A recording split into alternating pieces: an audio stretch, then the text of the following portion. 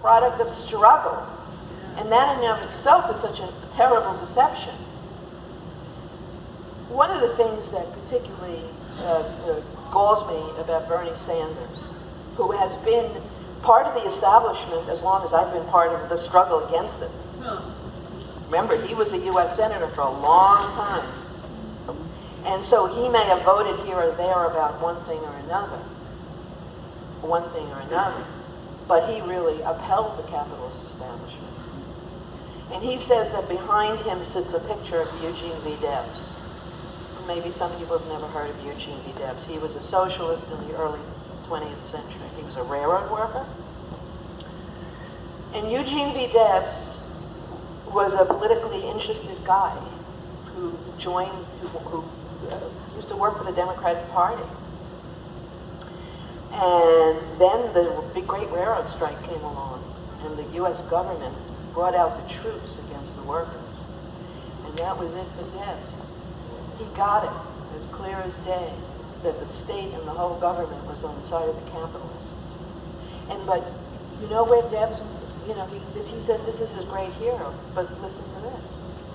Debs, as a representative of the Socialist Party, ran for president of the United States. Do you know where he was when he ran? In jail. He was in jail.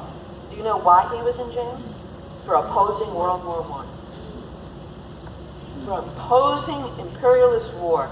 I will never lift a hand against a worker of another country for the gains of the capitalists. That's what Debs stood for. So don't say that he's the hero, because you have just come out and attacked. Who did you attack? The government of Venezuela. Calling them, somebody remember the words? Vicious tyrants, maybe? Vicious what? Tyrants. Maduro.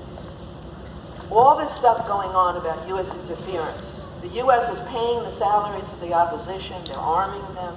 They got paramilitaries. They're violent. The great democracy that's been unleashed in Venezuela among the people's militias, the people's committees that have been established everywhere, that under extreme hardship of U.S. sanctions have managed to keep people alive and going through all this. To them, that's not democracy. It's not democracy that the people are making all these decisions and coming out by the hundreds of thousands to defend the Bolivarian Revolution. Sanders has decided that the real democracy would be to let the oligarchy have a free hand and to not try to stop them. The vicious, violent oligarchy that wants now to have a coup in Bolivia because they don't like the election of a socialist in Chile, which resulted Allende, and I'm not speaking against Allende. I want to make that clear. He was a martyr to the cause. But the idea that you could just vote in socialism and that the imperialists, the capitalists of that country and the foreign imperialists would let you just have this peaceful development towards socialism has never happened anywhere. You can have an election like in Venezuela and Bolivia, and we support them. We support Evo Morales all the way. But right now the U.S. and the oligarchy in Bolivia has said, oh, we don't recognize your election, we're plotting a coup. Or in Venezuela, we're going to stop you. In Chile, we're going to murder tens of thousands of you. And this has happened everywhere, where the people have picked their own leaders, even in a country that's not completely socialist at all, just trying to free themselves from the bonds. And how dare they in Bolivia have a government that is led by an indigenous person? Can you imagine not standing up for that government? And with little that they have, and under such extremely difficult circumstances, they have done so much with their movement for socialism that Evo Morales represents. We cannot be fooled into thinking we're going to vote in a distribution of the wealth of the capitalists.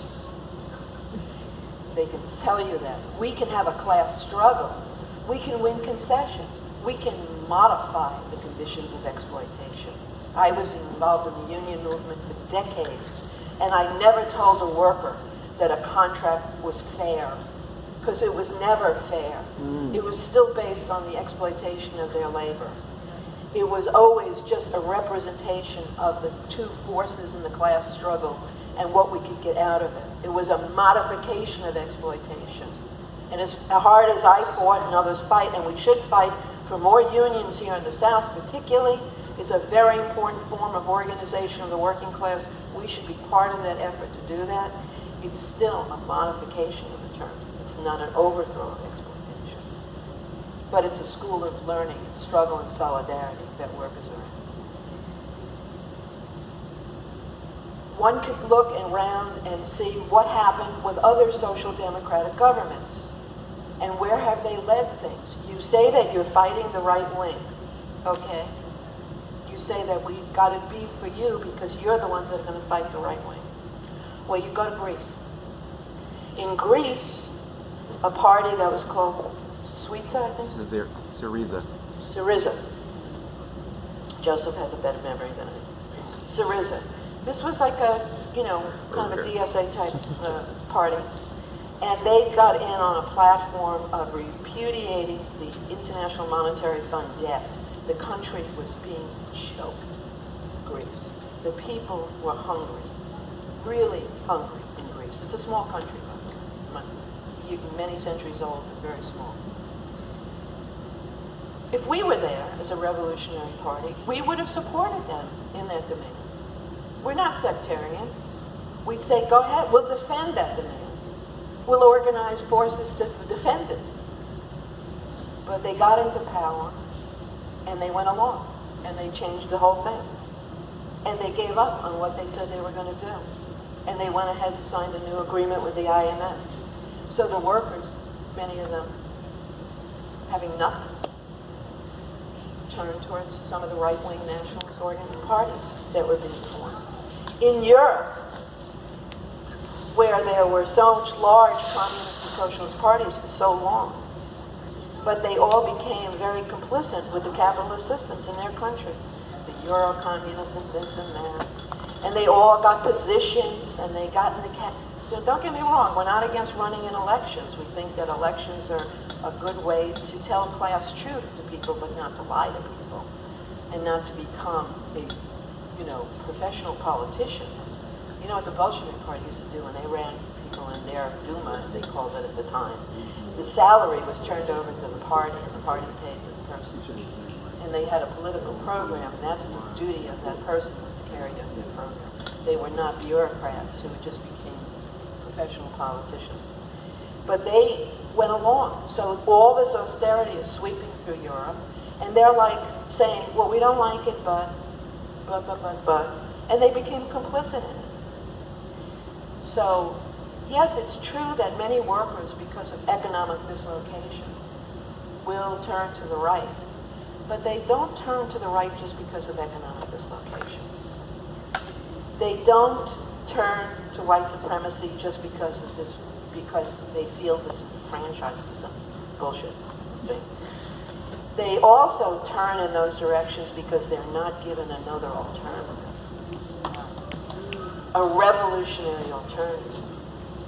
A revolutionary alternative in Greece, or a revolutionary alternative in Europe, where these class-conscious workers existed, for decades, would have mobilized them to fight the capitalists because of what was happening, not to fight migrants, not to turn towards the right. This pattern has been repeated again and again and again. So it's not just, some people say, oh, well, it's economics and this, so they turn to the right. No, it's the absence of another alternative. Your alternative is what? Capitalist reaction and right-wing parties, or those who go along and capitulate and go along with what's being done to us. Is that an alternative? What we need to create is another alternative, is another place for workers to turn to look towards for the struggle.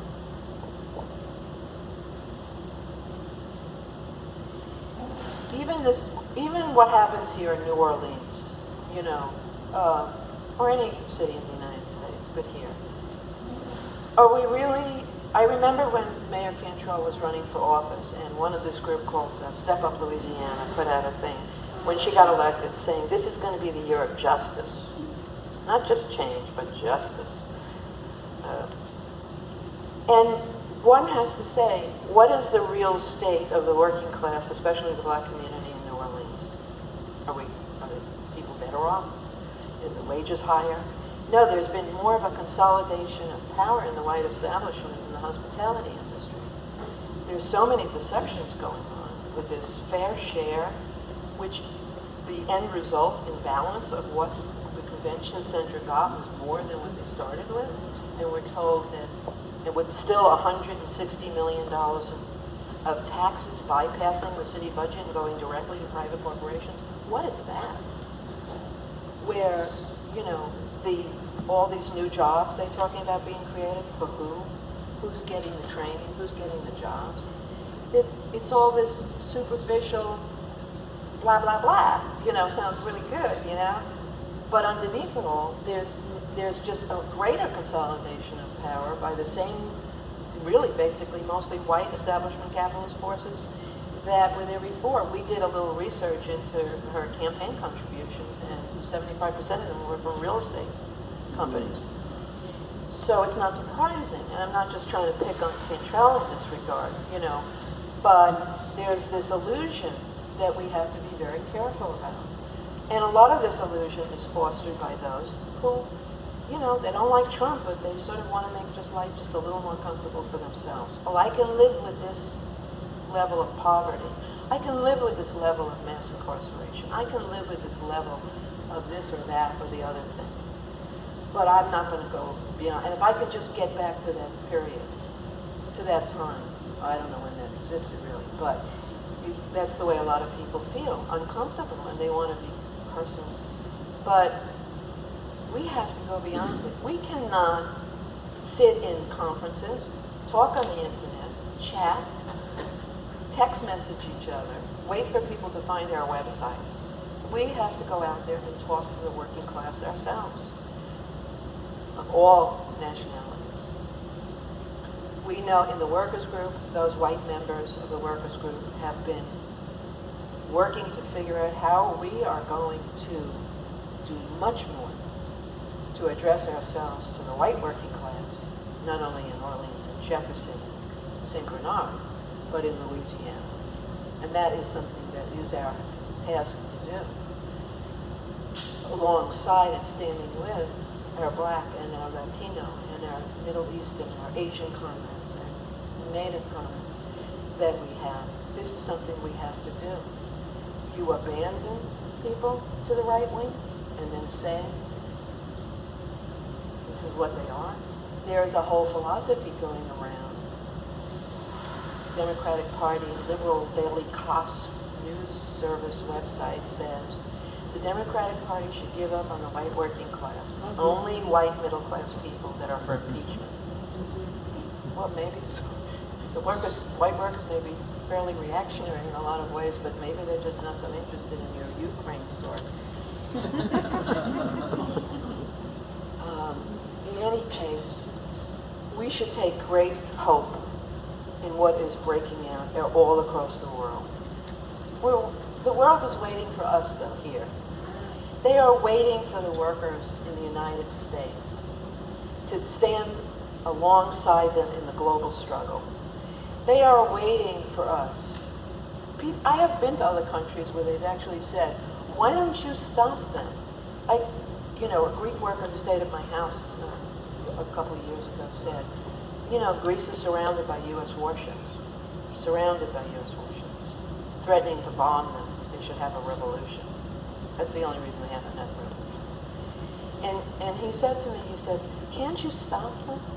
Can't you get those warships away from us? And I said, we're not there yet, but we're trying. But we're not trying if we just talk to ourselves. And whatever struggle it is, whether it's Gordon Plaza, whether it's the fight to continue to take down these demeaning white supremacy symbols, whether it's the struggle against anything that they might want to unleash on us in Louisiana in terms of these cuts, whether or not it's imperialist war, we need you. We need you to really roll up your sleeves and really join the ranks of the revolutionary forces. Because this is humanity and liberation and freedom and the future, to save the planet, for people. And why are we so confident in what we say? Because I want to go back to what I said at the very beginning of my talk. What the working class globally has created, we have done together. One car has 5,000 parts that come from 60 different countries. We're all connected in the world. Workers of the world will unite. We believe that. So that socialized labor that we have produces enough for everybody. Not one, but enough. What we have to do is wrest it from the private, as Quest explained, from the private ownership. They don't produce food, they produce profit. They don't produce medicine, they produce profit. These are all commodities to them. There's been enough food in the world to feed the masses of the world adequately for decades now. Decades. But people don't have the food because they can't afford it, because it's for profit. We have to turn that all upside down. And we have to be bold, clear, explain it to the workers, raise class consciousness, teach people how to fight independently of the capitalist parties, put faith in themselves, learn how to fight. And this is what New Orleans Workers Group is about, and that's what we intend to do. Thank you.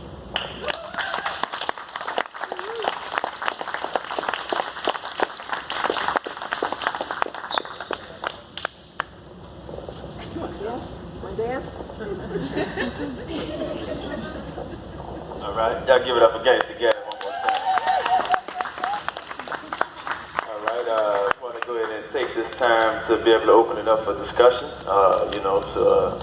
Like I said, man, we not some Einsteins up here that just know all this stuff or something. We people that's studied, what I'm saying, and we go ahead and build off of one another, and we recognize the power of the collective, and so we want to be able to have some give and take here, some feedback as to what's going on in the audience's mind and on the various issues that we cover. So if anybody got any questions, we got Emma in the back there.